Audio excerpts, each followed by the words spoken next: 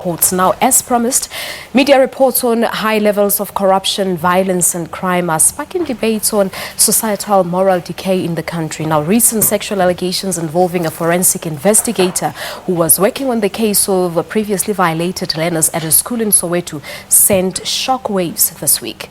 Philosophers say moral degeneration is the biggest threat to the future of South Africa. Now, the question is, what is really wrong with our society? What needs to be done to restore the remaining values and morals that we have here? To discuss this further, we joined now in our studio by Liezl Groenewald from the Ethics Institute, as well as Chris Mathebula, an activist for moral regeneration. Good morning to both of you. Thank you so much for coming through. Morning. Thank you. Thank you so much indeed for coming through. I think the first question really, what do morals, values and ethics mean to our society today?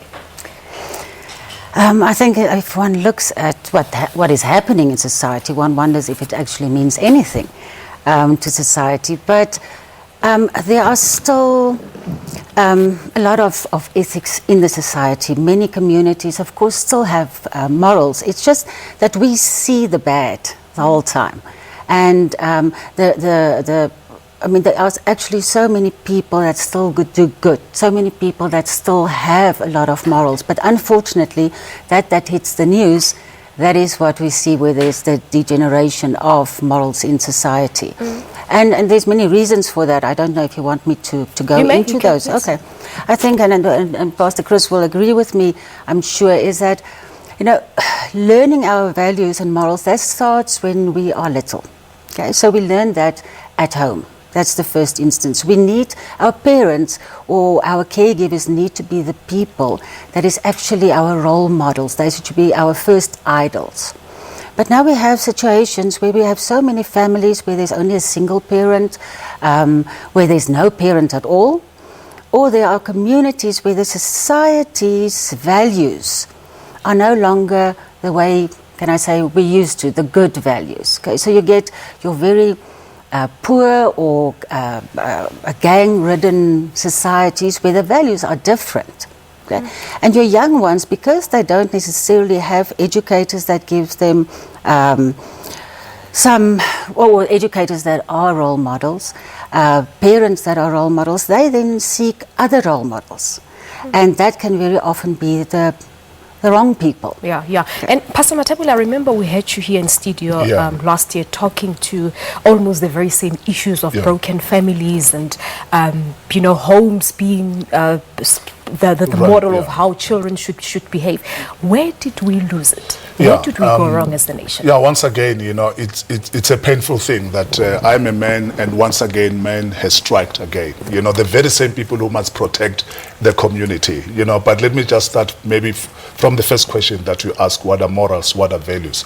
These are the conducts, it's the conduct that we must demonstrate as human beings. You've got animals, you've got human beings. There are standards. As a human being, there's a way of behavior, and there are things that we don't expect from animals. But I'm so sorry to say that we come to a point where we're no longer behaving as human beings. We have taken some other conducts, from animals. And we need to use a strong language, when it comes to that, because this is not a small thing. But answering the second question, where did we go wrong, what is happening? I strongly believe that we don't enforce law in this country. We are very soft. We're very open. We don't deal with issues. Number two, we don't have role models. We have taken people who are not even supposed to go into leadership, and then we celebrated them. We covered people, with a lot of corruption, and everybody thinks they can do anything that they want in South Africa because I know nobody will do anything about me. We're talking about an issue here of a policeman, who must protect these very same little ones. And then they are doing the same thing. Why is it? It is because people, they don't respect law anymore. And we need to be tough on these things, especially when it comes to And I think really the question is, who do we go to now? Because you go to schools where you would believe your child is protected under the care of someone who's supposed to be a parent when you're at work, and they get violated by the very same people, security guards who are supposed to protect them. The case is handed over to a police investigator who allegedly has done exactly the same thing that is alleged to have been done by these security guards. You go to churches, Pastor Mathebula. Definitely. Women are molested. Sure. What is happening? Who do we run to now Yeah. with the problems?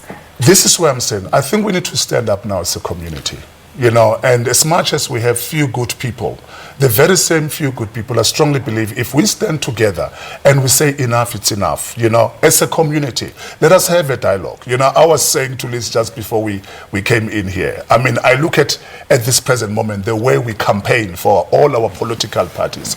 I strongly believe that as a community, we need to come up very strong and stand. It doesn't matter, it is the church that is doing these ugly things, but when a community can stand together and say we are sick and tired of this thing, this cannot happen in our community, it will come to an end. Yeah. Yes, but you also, that's very true, I completely agree with that, Chris, but also we need those role models again at government level. Okay. People very often get their morals also from government. So we need those leaders, and we know that we haven't had those leaders for a while. And I believe that the tide is changing. That's right. And, there's more we can see. There's an attempt at this point in time to enforce the laws, to take people to book on what they have done. So, we need also the government to take the lead, because our societies, they do look up to government for the lead on what is acceptable behavior and what is not. And also to encourage parents, to take responsibility.